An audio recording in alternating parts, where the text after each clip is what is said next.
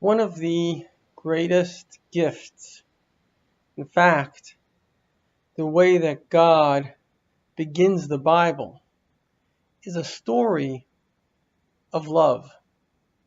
We all seek love. Polls show most people want to get married. And yet, in the time that it should be easiest in human history, the average person never had the prosperity that we have today. Somehow, it's hardest. What's going on? And more importantly, is there a solution to the crisis?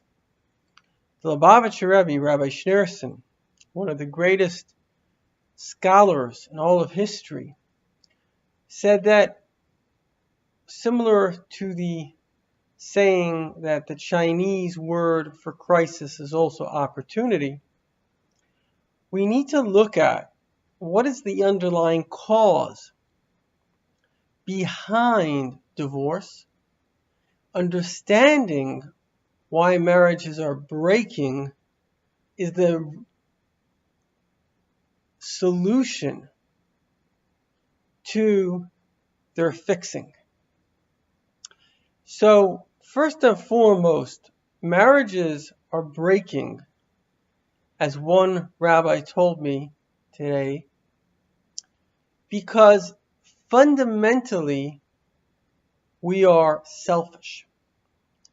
In the olden days, people understood that marriage was a larger commitment. It's what society did. It's what you do when you're a member of society. And in that type of attitude, marriages usually stick. But if the entire premise of reality is what makes me happy, so usually for women who seek security and affection, when they don't get that affection, as we know 80% of divorces are initiated by women, they will seek divorce. And so the commitment to marriage for the greater good is lacking, and there needs to be a fundamental understanding, because we're now, as I told my colleague, not only facing a crisis in marriage, we're facing a crisis of non-marriage. Today, over 50% of Americans are living alone, a bizarre way to live, which makes no one happy. And as you know, studies show people who are married literally live longer. Furthermore, 50% of babies are born out of wedlock, which is never a good recipe. The mother has less help. It causes stress. Boys need male role models. Much of the problem in the African community, according to their own studies, is lack of role models. So we have a mega crisis on our hands. And so, of course, Judaism and Jewish mysticism, coming straight from the creator of man and woman, has the solution. And there are just a couple of things you need to know to literally have a great life. Because it says that God blesses love and peace. And if you can live with love and peace, you will have God's blessings for that love and peace. And all your concerns will be taken care of. And there are three main ingredients for a marriage to function. The first ingredient is trust. If you say you're going to do something and you don't do it, that means you're not trustworthy. And if you're not trustworthy, there is no relationship. If you go to work and you don't go get your paycheck, there is no job. Not only because there's nothing to do, but because you can't trust your employer and there's nothing to talk about.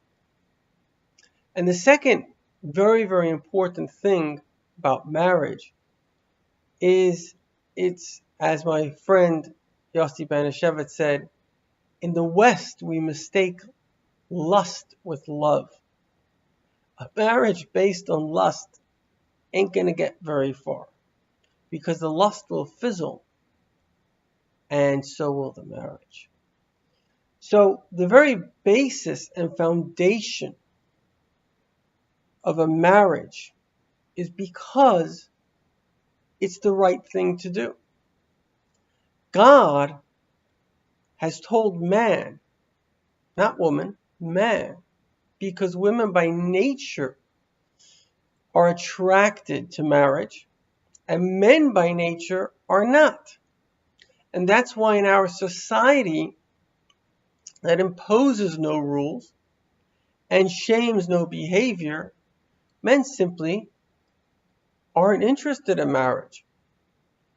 And therefore, man must know that God did not make him because every cell you started off as half a cell. Half came from your father, half came from your mother. And that half created the zygote, which multiplied into 2, 4. It's just a multiplication of cells, which is a miracle. How does anything multiply into a human being? So you're not a random speck of dust. You're a divine gift. And as a divine gift, you have a divine responsibility to do the right thing.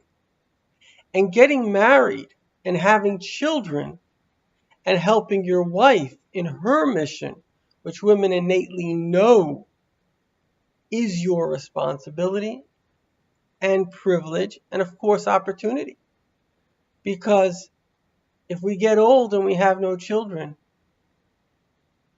like dust, we disappear and we leave nothing behind. Nothing.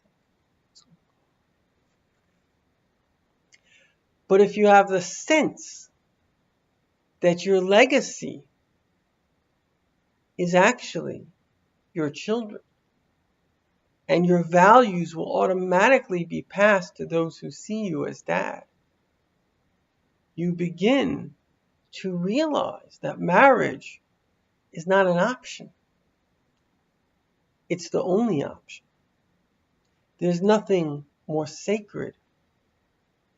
There's nothing more substantial.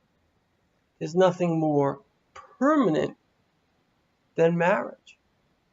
Which is why our sages say that marriage has 3 partners, man, woman, and God, because man by nature is temporary. God is permanent.